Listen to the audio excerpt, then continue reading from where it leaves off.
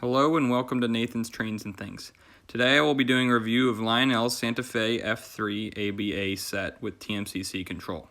Before I get into reviewing the locomotive, I will provide a brief history of EMD's F3 diesel locomotive.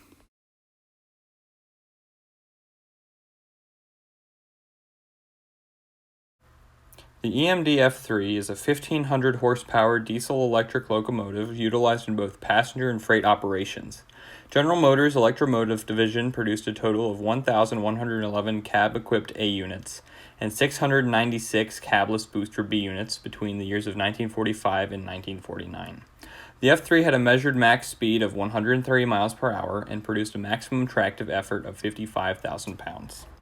Notable railroads to utilize the F3 were the New York Central, the Pennsylvania, the Delaware and Lackawanna, the Erie, the Union Pacific, the Southern Pacific, the Baltimore Ohio, the Great Northern, and of course the Santa Fe. Getting back to the O-gauge model. Lionel's 2005 rendition of the EMD F3 locomotive set contains one powered A unit, one non-powered B unit, and one non-powered A unit. Additional powered B units are available for separate purchase. Its minimum curve as rated by Lionel is 0.31.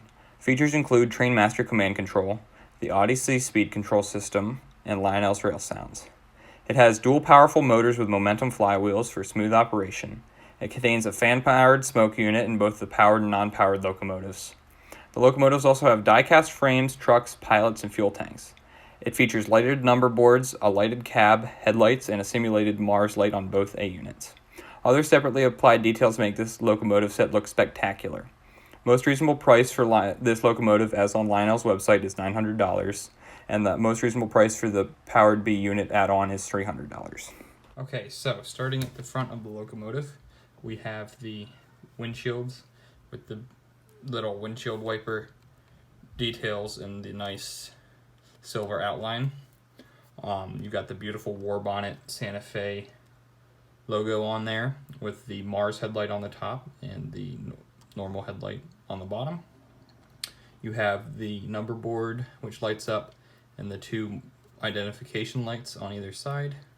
There's the train horns on the top.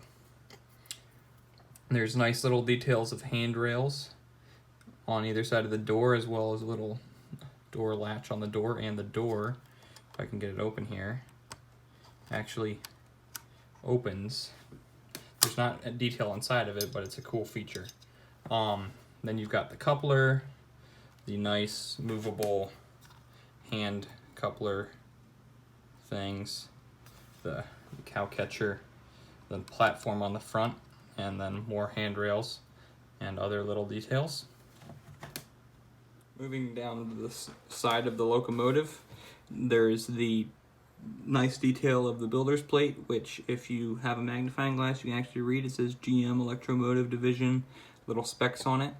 There's the nice silver outline of this windshield, as well as beautifully applied handrails, and the steps are nice. They even have little traction bits on them.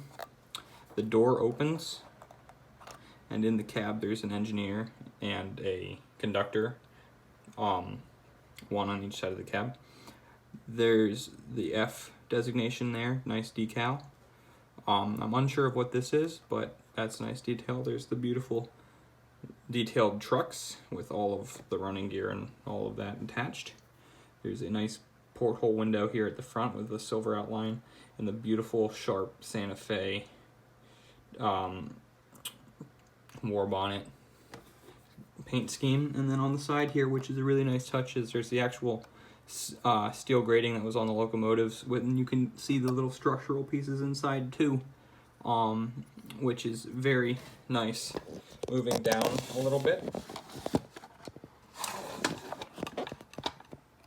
there's the nice detail of the fuel filler cap, fuel oil, batteries. The fuel tanks have very nice detail, and there's even a little thing that would be like the fuel sight on the locomotive, so the operators could look in and see how much fuel was in there. More beautiful grading and other little rivets and things, which are nice details.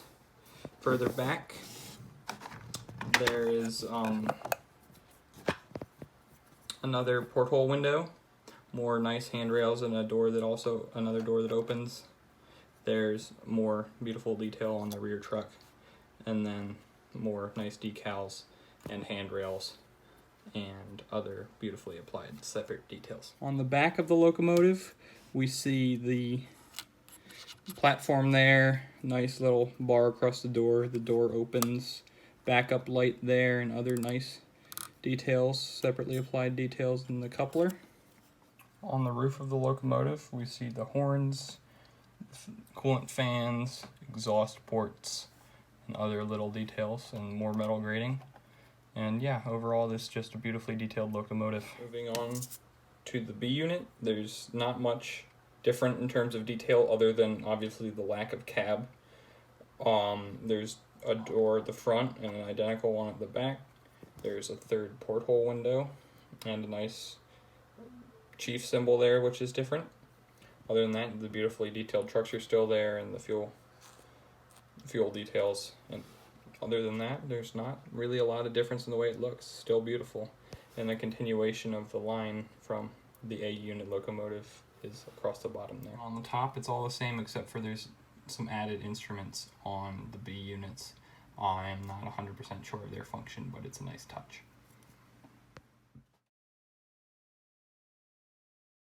Let's have a look at some of the sound effects this locomotive has to offer. So let's get her started up.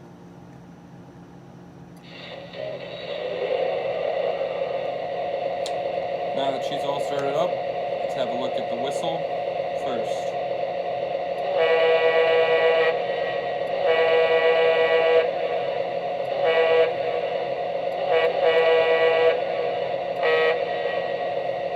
Very good realistic horn. Next is the bell.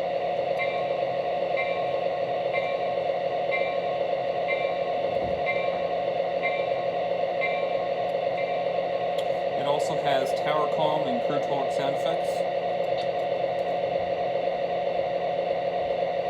FA-19, please hold.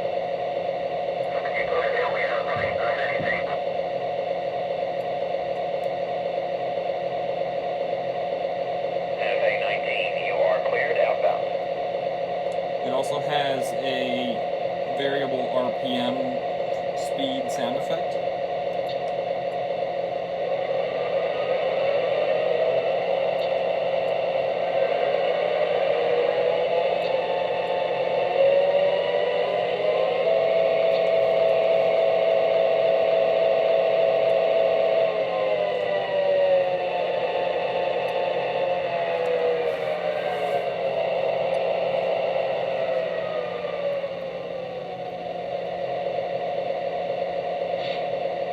And there's also a shutdown sequence.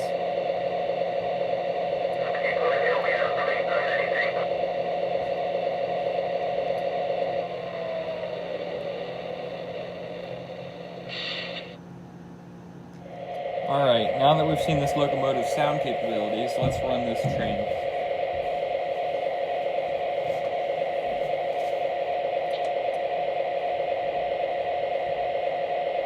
FA-19, please hold.